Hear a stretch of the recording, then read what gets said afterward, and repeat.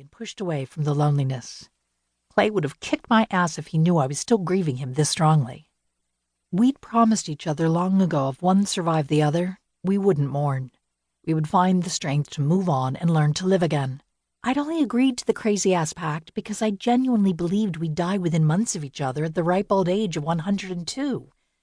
It never occurred to me we'd part ways at 38. But a promise was a promise. I would try to keep it. That was why I'd returned to Shipton Harbor, to fix up the old house and put it on the market. Hopefully, a quick sale. Then I could go back home and decide what to do from there. So, here I was. But before I went to my family home, I needed a few things. The house was totally devoid of all foodstuffs, so I had to get enough to tide me over until I figured out how long I'd be in town, which depended on how much work the old Victoria needed. There was no telling what sort of condition it would be in. After all, it had been empty for a year with no magic to keep it alive. Aunt Winnie's magic had kept the beautiful 3-story Gothic building in tip-top shape. It also gave the house a personality that I loved. Without Winnie, it would be cold and normal. Normal was so overrated. And boring. As I grabbed a buggy and headed around the produce department, picking up enough of my favorites for just a couple of days. I wished Aunt Winnie had left me enough money with the house to have a caretaker oversee the property. Instead, it had been boarded up for a year. Regular houses didn't do well sitting empty. Magical houses usually died without a witch nourishing them.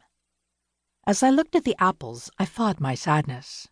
It could have been a lot worse. At least I still had my baby, Wally.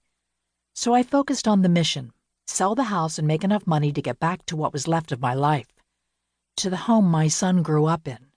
To Philadelphia. That didn't mean it would be easy to sell the home that had been in my family for a couple of 100 years. If I was correct, the house had been built before the town even officially became a town.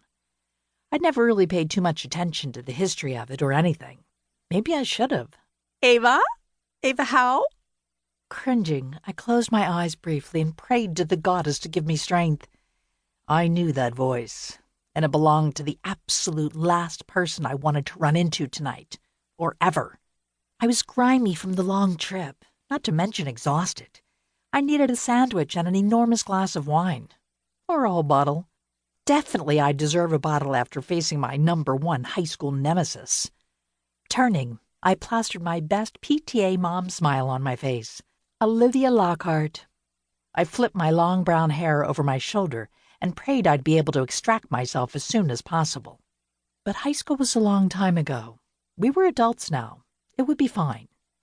It's Lockhart Thompson now. With one hand on the top of a little boy's blonde head, she held out her other hand to show me a big ring. Geez, a huge ring. Of course, I'd known she'd married Sam Thompson about 5 years before, just in time to have their son, little Sammy.